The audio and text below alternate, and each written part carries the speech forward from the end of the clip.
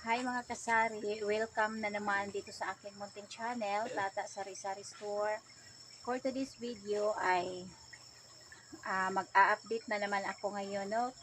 Ngayon ay araw ng Martes, October 31. So last day ngayon sa Oktobre at kahapon ay katatapos lang nating bumoto at na-declare na kanina ang mga nanalo na mga official dito sa aming barangay.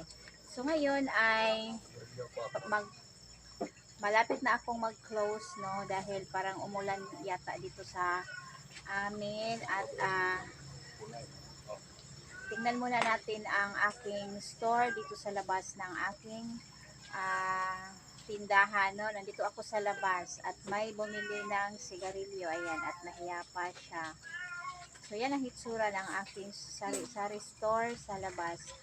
At yan si Mr. ang nagbabantay.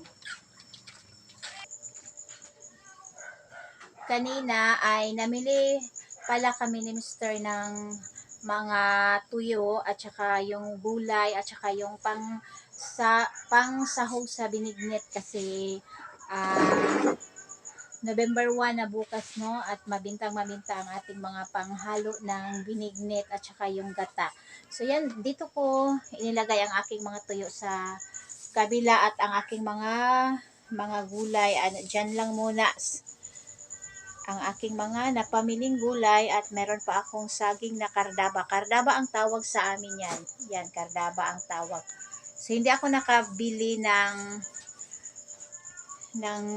hinog, no? So hilaw na lang ang binili ko.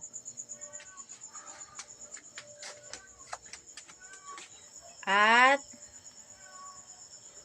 ayan, ito naman ang aking mga dagdag paninda. Bumili ako ng plastic balon, jackstone at saka yung bunot na balon na tag piso. Yan ang aking mga napamili na mga laruan na pambata din sa nasa itaas.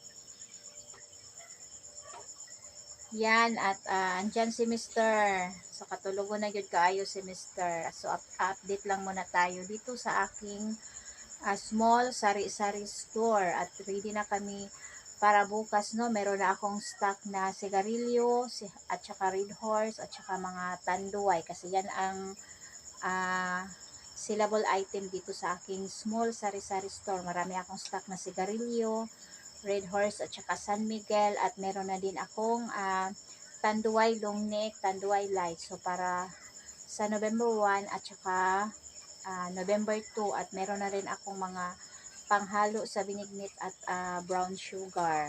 So yan lang muna ang ating update sa aking small sari-sari store. Bye-bye!